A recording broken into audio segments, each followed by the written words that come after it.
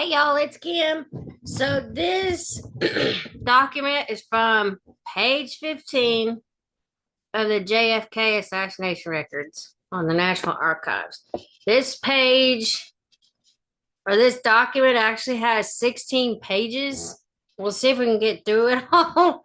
Um, this looks very familiar to or similar to one that I've already done, I think, because it has to do with some four U.S. Navy deserters, I guess from Tokyo. But it says Chief Soviet Bloc Division, Chief of Far East Division, and then the info is Chief W.O. Muse, which is the cryptonym ICG, and then Chief of Station in Tokyo, or from Tokyo. There's Rabat, MH Pasha, something like that, and Red Top Bahrain, and the four U.S. Navy deserters says Tokyo 7263, as noted in reference. Forwarded herewith is a copy of the subject memorandum. Please note that the information in the memorandum, paragraph B4B, is particularly sensitive and should only be given properly restricted dissemination. This Mark J. Lidgerwool and attachment, blah blah blah, all this stuff, and then back or return to CIA background use only. Do not reproduce. Classification, and this was conducted on 6/10 of 76.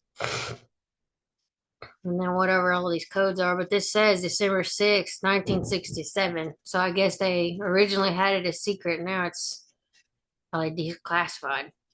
But it says respectable intellectual front, following fundamental communist principles for mass movement work, better than the JCP itself follows these tenets. The ex-JCP organizers of B.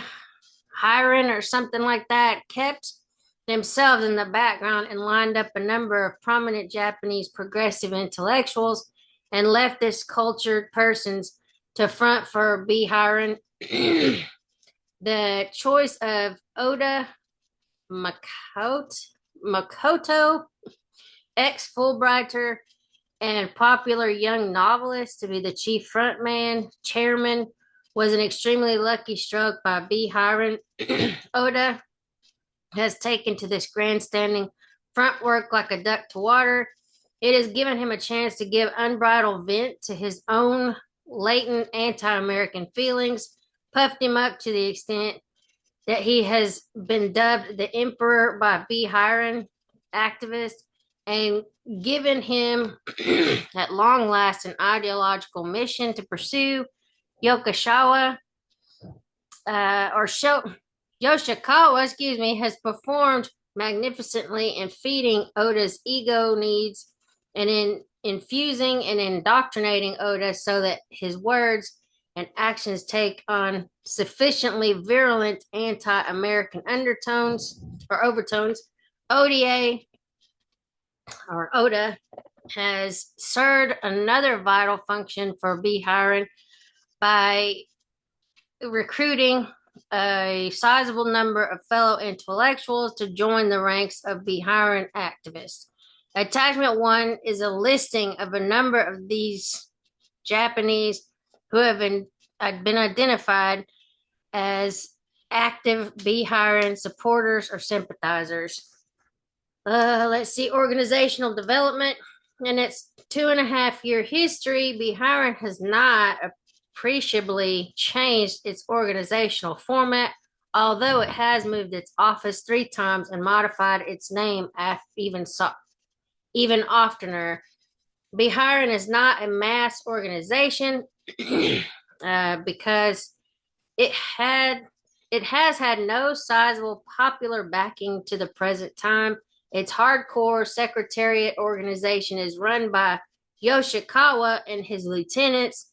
Its public image intellectual front is led by Oda and given body by a score of like-minded intellectual friends of Oda and Yoshikawa, who form the loose body of B. Hiron's activist leadership.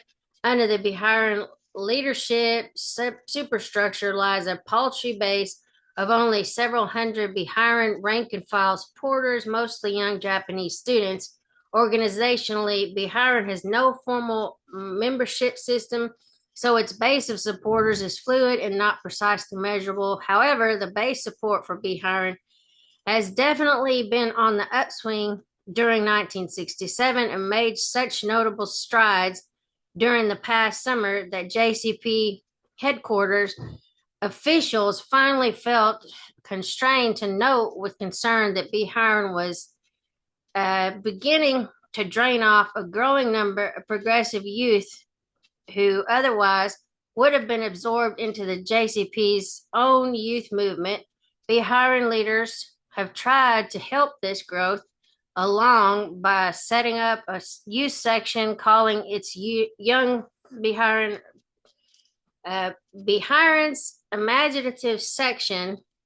Biharan's Imaginative Actions and Publicity Conscious programs have been responsible for its recent growth, and this period of growth seems to be now on the verge of really picking up speed and momentum as a result of its role in the case of the four deserting sailors. Biharan has reaped bountiful publicity, has succeeded in touching a delicate Japanese public nerve of sympathy and pacifism, opening a floodgate of support for Biharan from all over Japan.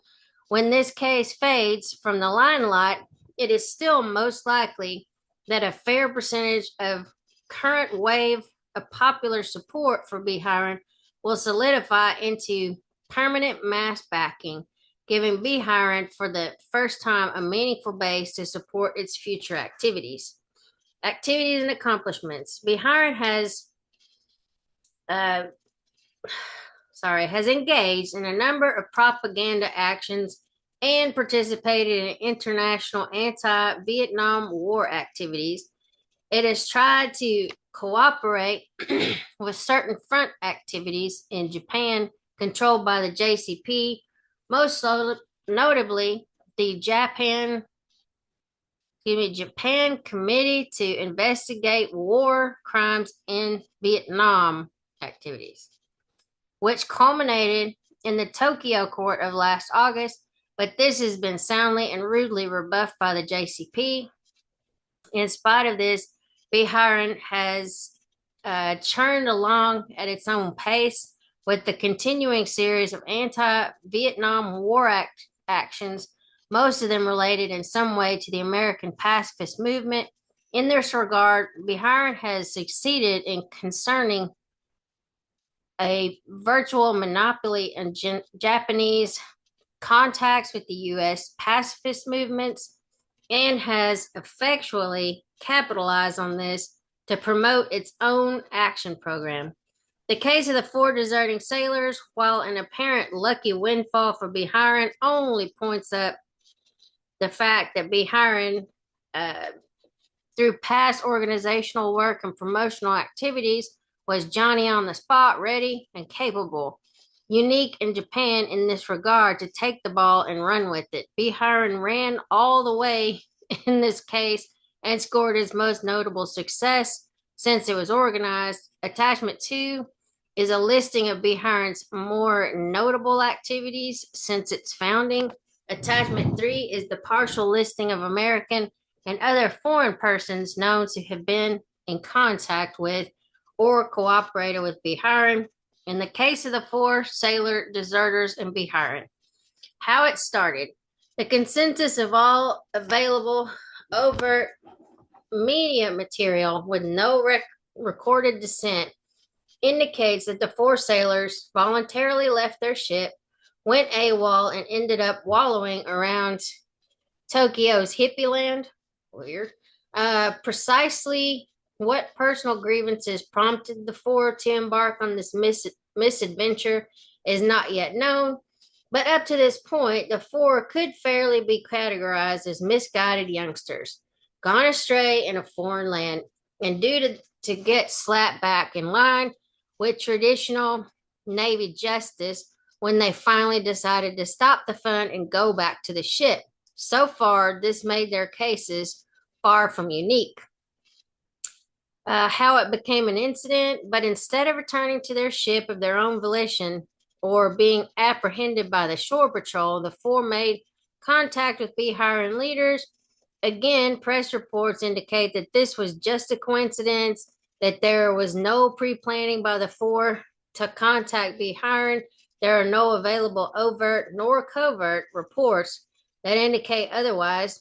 But once the Biharan people made contact, they recognize the potential immediately and move fast for the kill.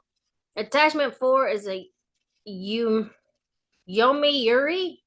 I guess, newspaper clipping, 22nd of November, 1967. That is both a representative and comprehensive account of this phase of the case. Even if this article should contain some minor inaccuracies, the basic line seems factual and has not been challenged elsewhere. Biharan takes over. When the four made contact with Biharan, it suddenly became an entirely different ballgame. Biharan had everything needed to capitalize on this.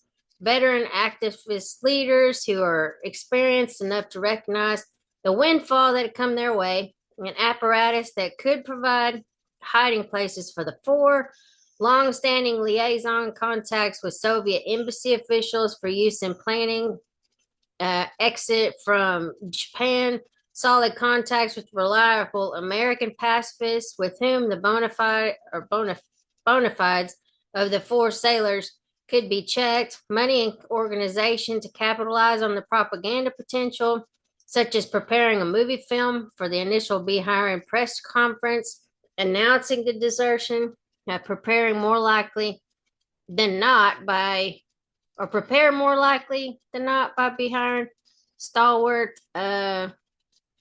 This Kubo Kinasuki, I guess, I don't know, Suko, an independent film producer, an English-speaking activist capable of sympathizing, encouraging, soothing, or agitating the four young sailors so that they would be no turning back. The Biharan apparatus at work.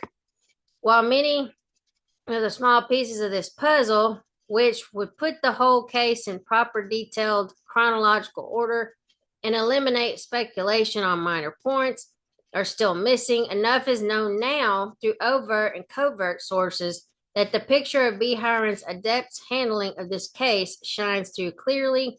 The following elements, all part of the Biharan apparatus, makes up the bulk of the picture. The hideout. When Biharan got hold of the four on about 26th of October, they had to be hidden out for the approximate 2-week period until their exit from Japan could be arranged. This presented Biharan no greater logistical problem. A number of the Biharan activist leaders have homes well suited to harboring fugitives. For example, Biharan activist leader Fukaseiko Mitsasada, something like that, has a villa hidden away in Chigasaki, which was used on the night of 12th of September for a meeting of about 20 top Biharan leaders, and which would be highly suitable for hiding the four deserters. Other private dwellings belonging to Biharan leaders and loyal supporters are scattered throughout both the Kanto and Kansai areas. Biharan Soviet liaison, Biharan Secretary General Yoshikawa has maintained periodic contact with Soviet embassy officials for years. Biharan Chairman Oda has met Soviet Peace Committee officials in Moscow.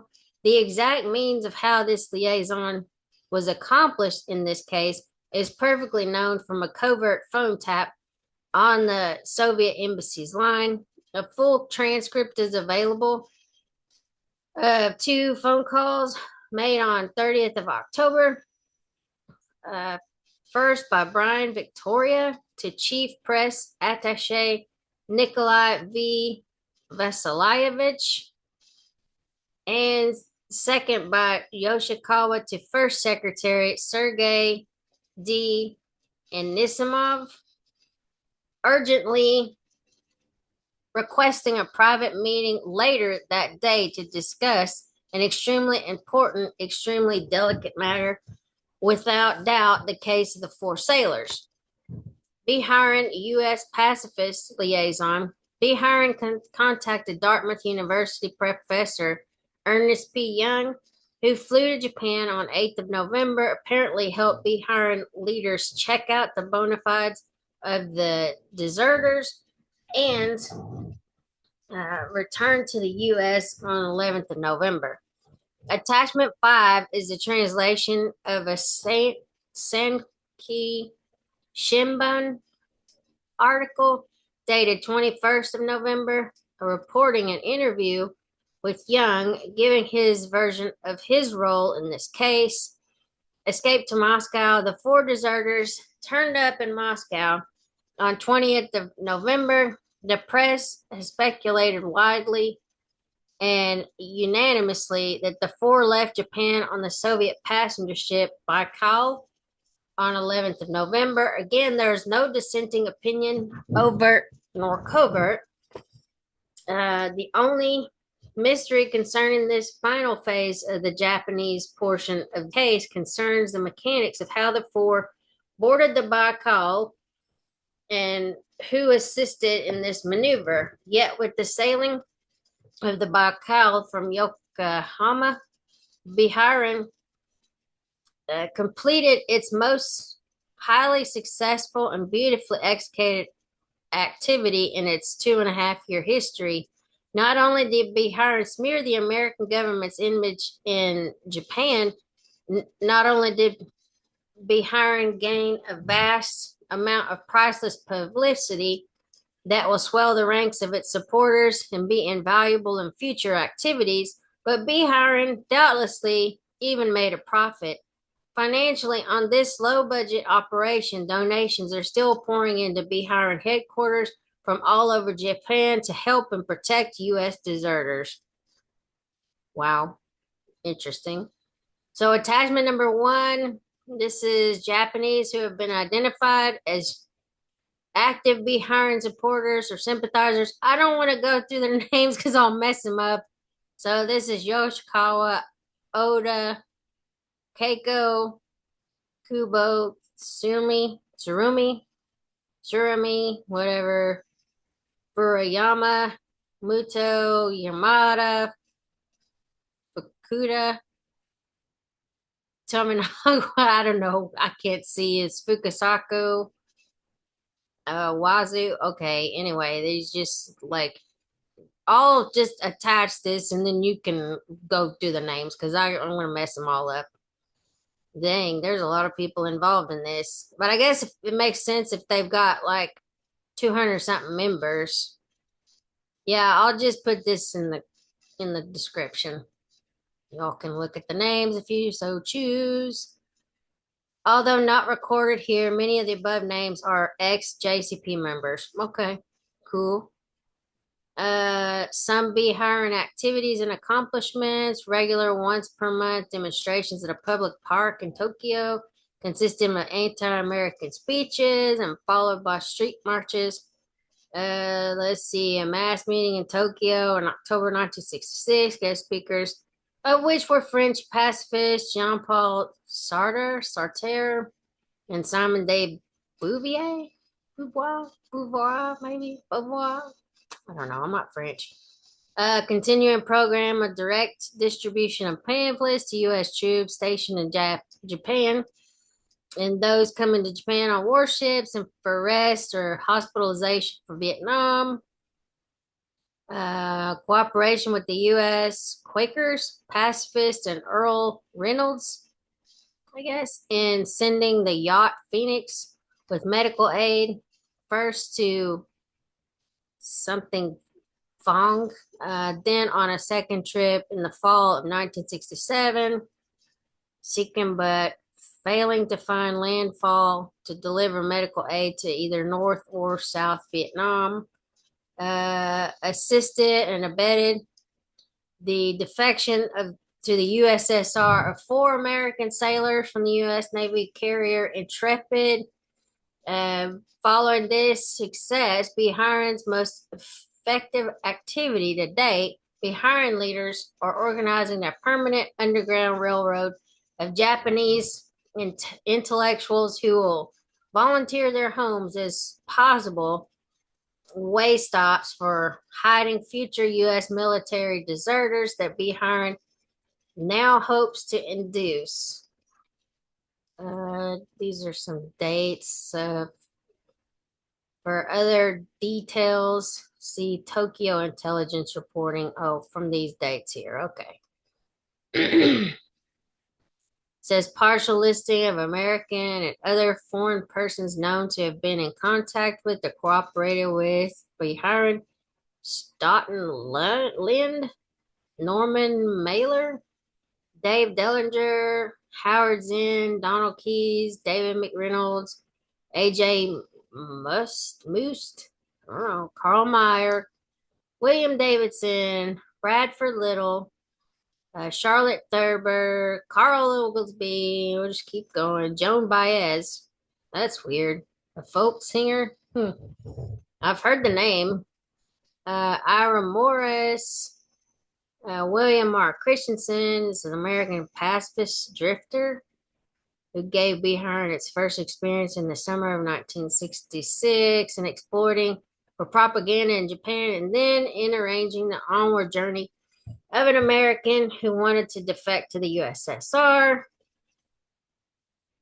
Brian Victory is this head-shaved pacifist and converted Buddhist priest known to be in regular contact with the Soviet embassy in Tokyo. Kosaku Yamaguchi, reportedly born in U.S., present citizenship status unclear. Formerly was a professor at Momoyama University in Osaka, but has been teaching at the University of California, in Berkeley for some time. Well, no wonder. Other foreigners, Mikhail Kotov, James Endicott, Gabita Muslapov. Let's see. Mrs. Erdenbat Ojan, Mongolia. Thich Nhat Han, South Vietnam. Says this is not by any means a complete listing, nor does it necessarily list Biharan's most important activist contacts abroad, but this list is representative in showing the breadth of Biharan liaison abroad, particularly with the American New Left. So they've been a problem for a while. Oh, 4 U.S. deserters possibly left Japan abroad or board Baikal, however pronounced before. So the 4 deserters from the U.S. aircraft carrier Intrepid, who made a dramatic television appearance Monday in Moscow, are believed to have left Japan irregularly by the Soviet liner Baikal. I guess that's how I pronounced it. And then which left Yokohama on November 11th for the Far East Soviet port of Nakhadka. Live like hippies. What in the world? So what I'll do, like I said, is I'll just put this in the description, the documents, and then you can go and read that stuff. And then Professor Young says 4 American deserter seamen not in Japan anymore. This is November 21st, 1967. Went to Tokyo and tried to dissuade them, probably escaped from Japan on the 12th or the 13th. New York, November 20th, correspondent Tadashi Onodera. Professor Ernest P. Young of Dartmouth College in the U.S. consented to an interview with the reporter on the question of the 4 American seamen who deserted from the U.S. aircraft carrier Intrepid. At the interview held on the 19th, Professor Young clarified that the Peace for Vietnam Association, Biharan, with Makoto Oda acting as its representative, contacted an anti-war organization in the U.S., and at this, Professor Young hurriedly visited Tokyo and meeting the four seamen in a room in an apartment house in Tokyo on the 9th and 10th, tried to persuade them to return. In regard to the present whereabouts of these four seamen, he made the noteworthy statement that those four were still in Japan up until the night of the 11th when I left Japan, but they are probably no longer in Japan now. Families perplexed. The questions and answers exchanged with Professor Young are as follows. Why did you go to Japan? The professor be hiring contacted David Derringer, or Dellinger, I don't know, whatever this is, a pacifist activist in the U.S., asking him to send someone to Japan to hear the stories of the four seamen and announce them in the U.S. I've been in Japan twice, and I also once served as special assistant to Ambassador Reischauer. During that time, I became friends with Bihar Representative Oda and other intellectuals in Japan. It was for these reasons that I was given this assignment. I personally have never participated actively in the anti-war or anti-Vietnam War movement so far. When did you arrive in Japan? And where did you meet the four seamen? Professor, I arrived in Haneda, something, on November 8th and met the four seamen on the 9th and the 10th. The place of interview was in an apartment house in Tokyo, but I cannot say at this time where that apartment house was and who owned it. However, on both days, I talked fully with these four seamen for more than 3 hours on each occasion. According to an investigation made by the public security authorities, Professor Young arrived in Japan toward the evening of the 8th and stayed at Hotel Tanakanwa in Shiba, Minato-ku until the morning of the 11th. I'm sure I'm mangling the names, but what were the motives for these four seamen's desertion? The desertion was completely the decision of these four persons. It seems that the four seamen decided not to return to the ship when the Intrepid entered Yokosuka port on October 17th, and they were permitted to go ashore for rest for 1 week. My impression on meeting these four seamen was that they were definitely not deserting for the purpose of self-advertisement or that they were giving false reasons.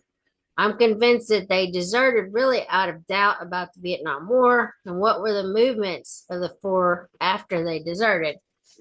On the night of the 23rd, 2 days before the Intrepid was due to sail, the four went to Shinjuku and told the people whom they met at a bar they happened to visit that we're fed up with the war. The Japanese who heard them sympathized with them, and at one time, the four lived with some hippies, according to this paper's investigation. They included Mr. K, a student of Tokyo University's liberal arts department, of course, and vanguard artist A, who gather at Fujitsu, Pseudo, Inshin, Juku, whatever. Finally, they were taken to be hiring for a student who spoke English. According to this paper's investigation, this was Mr. S. Owaseda, whatever, university student. After that, they were hidden by Bihar. I cannot say where they were hidden. And were the four firmly determined to desert. My purpose in visiting Japan was to dissuade the four. I explained to them what the result of their desertion would be. I even told them that they would never again be permitted to stand on American soil, their fatherland. At the time I met them, I was still at a stage where they would only receive light punishment if they reported back immediately, saying that they had missed their ship. However, their determination was firm, and my persuasion had no effects. The four seamen's desertion was announced in the form of a press interview given by B. Hiron. Uh, were there no facts of their having been forced to desert during that period? And the professor ascertained that point too. However, they firmly denied any fact of their having been forced, saying that they had voluntarily consulted B. Hiron as to whether they should publicly announce their intention to desert, or if so, and if so, in what form this should be made. And then, where are the four seamen now, and where are they planning to go? The professor, I'm certain that the four of them were still in Japan up until the 11th, the day I left for home. However, they already knew fully well that it was not possible for them to obtain asylum in Japan. They even said that we will probably have to go to some third nation which is neutral. The public security authorities judged that the four seamen left Japan immediately after Mr. Young's persuasion and considered that they were probably smuggled out of Japan after the 10th and before the evening of the 13th when B. Hiron announced their desertion at a press conference. However, Mr. Young says that the four seamen were in Japan up until the night of the 11th. Therefore, the possibility is strong that they were smuggled out of Japan by ship between the night of the 11th and the evening of the 13th. The films showing the four seamen were shown publicly in the United States too.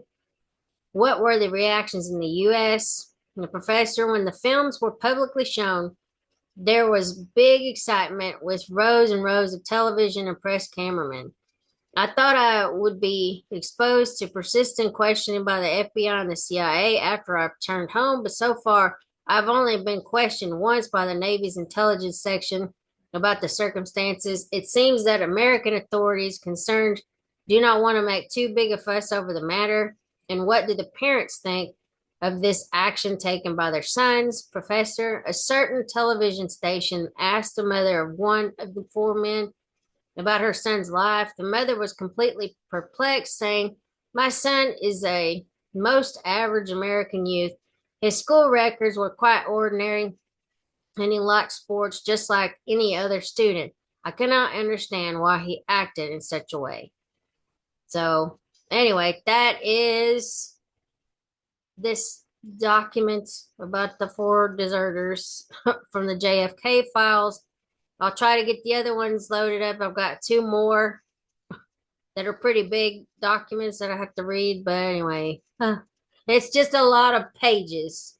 But it could be some of the same, like a bunch of lists of names and places and stuff like that. But anyway, I'll talk to y'all a little bit later. Have a good afternoon. See y'all. Bye.